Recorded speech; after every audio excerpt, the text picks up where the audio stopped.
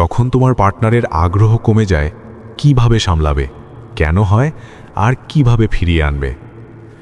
আজকের এই আলোচনায় আমরা কথা বলবো এমন একটি বিষয় নিয়ে যা প্রায় প্রতিটি সম্পর্কেই কোনো না কোনো সময় দেখা দেয়। যদি তোমার পার্টনারের ইন্টারেস্ট তোমার প্রতি কমে যায়, শেষ হয়ে যায়, বা সে তোমাকে আগের মতো সময় দেয় না, আগের মতো আগ্রহ দেখায় না, যে মানুষের সঙ্গে তুমি এই সম্পর্কে আছো, সে তোমার বয়ফ্রেন্ড হোক, গার্লফ্রেন্ড হোক, স্বামী হোক বা স্ত্রী, যে কোনো সম্পর্কের ক্ষেত্রেই যদি এমন হয় যে তোমার পার্টনার তোমার প্রতি আগ্রহ দেওয়া বন্ধ করে দিয়েছে বা আগ্রহ কমিয়ে দিয়েছে, তাহলে এমন পরিস্থিতিতে আমাদের কিভাবে প্রতিক্রিয়া জানানো উচিত, কিভাবে সামলানো উচিত? আজ আমরা সেগুলো নিয়েই কথা বলবো। যদি জীবনের কোনো সময় তোমার সঙ্গীর সঙ্গে এমন পরিস্থিতি ঘটে থাকে, তাহলে এই আলোচনা একদম শেষ পর্যন্ত পড়ো। আজ আমি 3টি গুরুত্বপূর্ণ বিষয়ে কথা বলবো।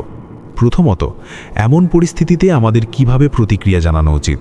দ্বিতীয়ত, কেন মানুষ বদলে যায়, কেন কারোর আগ্রহ কমে যায় বা শেষ হয়ে যায়। তৃতীয়ত, কিভাবে সেই কমে যাওয়া আগ্রহ আবার ফিরিয়ে আনা যায়। নিজেকে চিন্তিত করার দরকার নেই যে এটা কি হচ্ছে, এমন কেন হচ্ছে, এসব নিয়ে নিজেকে কষ্ট দেওয়া বন্ধ করো, বরং সঠিকভাবে বিষয়টা সামলানো শেখো। চলো ধীরে ধীরে বিষয়গুলো বোঝার চেষ্টা করি। প্রথম অংশ, এমন পরিস্থিতিতে আমাদের কিভাবে প্রতিক্রিয়া জানানো উচিত।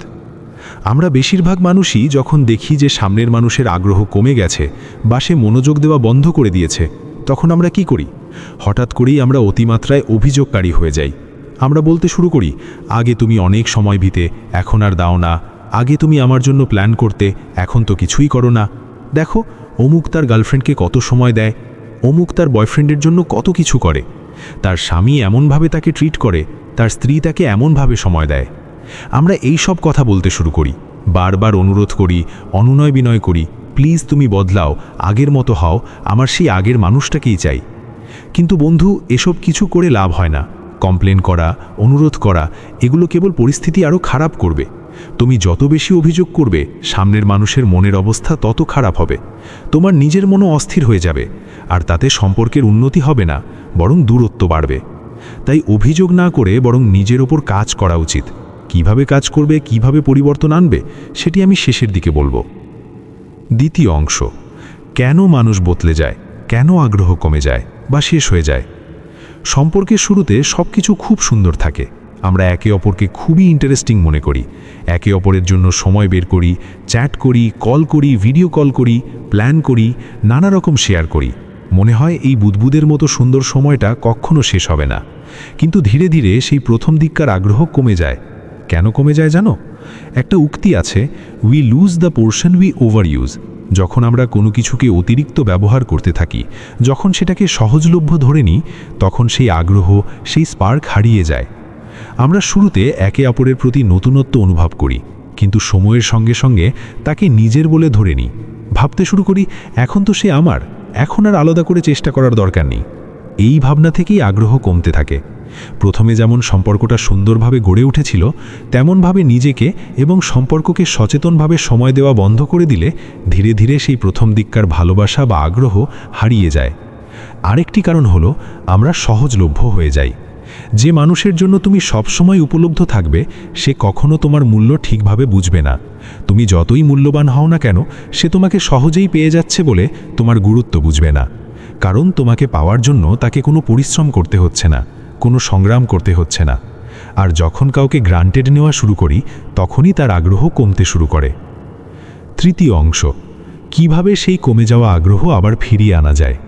এখন আসি সবচেয়ে গুরুত্বপূর্ণ অংশে, কিভাবে আবার সেই আগ্রহ ফিরিয়ে আনা যায়। 1. নিজের উন্নয়ন করাই আসল সমাধান। নিজের ব্যক্তিগত জীবনের ওপর মনোযোগ দেওয়া দরকার। আমাদের অনেকের মনে হয়, এখন তো সামনের মানুষটা আমার হয়ে গেছে, এখন আর আমাকে কিছু করার দরকার নেই। কিন্তু এটা একটা ভুল ধারণা। তোমাকে বুঝতে হবে, তোমার জীবনের একমাত্র উদ্দেশ্য কোনো একটি সম্পর্ক হওয়া উচিত নয়।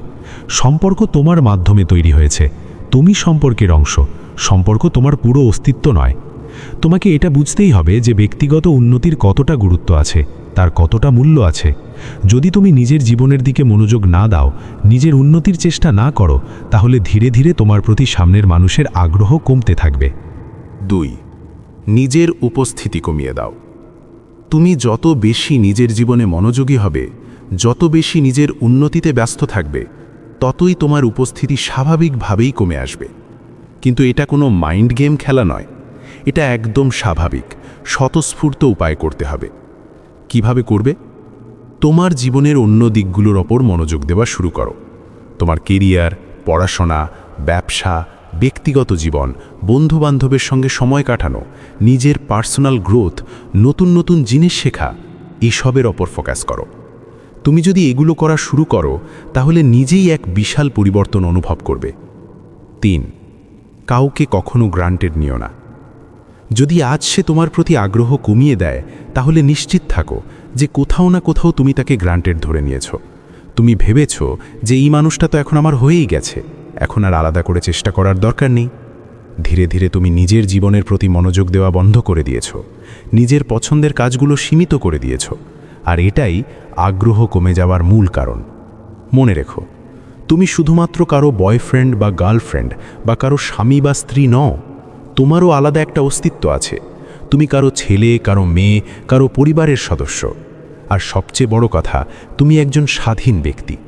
তাই তোমার পেশাগত জীবন, মানসিক উন্নতি, শারীরিক উন্নতি, সামাজিক জীবন এবং আধ্যাত্মিক জীবন সব কিছুর ওপর সমানভাবে ফোকাস করো। 4.